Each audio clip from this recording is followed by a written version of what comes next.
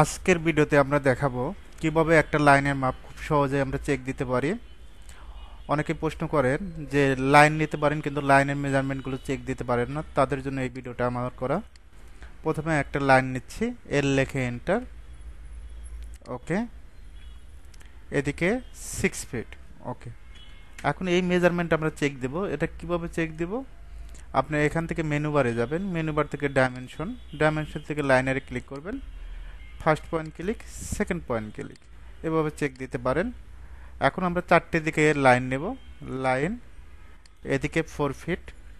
ওকে, এদিকে 3 fit, 4 fit, 3 fit. ওকে, এখন আমরা চাচ্ছি এখানে টুলবার থেকে ডাইমেনশন টুলবারের আন্ডারে দেখবেন যে ডাইমেনশন টুলবারের আন্ডারে সর্বপ্রথম যেটা লাইনার আছে ফার্স্টে ক্লিক করবেন, ফার্স্ট পয়েন্ট ক্লিক, অবশ্যই পয়েন্টে ক্লিক করবেন, first point click, second point click, 4 feet. আবার ইন্টার দিবেন, যেহেতু আমরা একই কমান্ডে কাজ করতেছি জাস্ট ইন্টার দিলেই হবে, বারবার ডাইমেনশন নিতে হবে না। এই পয়েন্ট থেকে এই পয়েন্ট ক্লিক, একইভাবে এই পয়েন্ট থেকে এই পয়েন্ট ক্লিক। ঠিক আছে, first point click, second point click.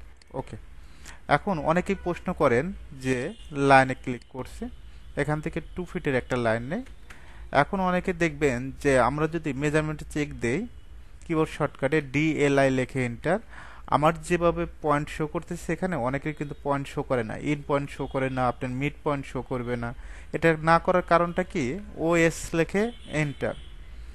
এখান থেকে দেখবে যে অনেক সময় ক্লিয়ার ওয়াল থাকে, আপনি এখানে টিক দেওয়া থাকে নাই, in point, mid point, centre point এগুলো কিন্তু টিক দেওয়া নাই। জাস্ট আমরা কি করে দেব? সিলেক্ট অল করে দেব।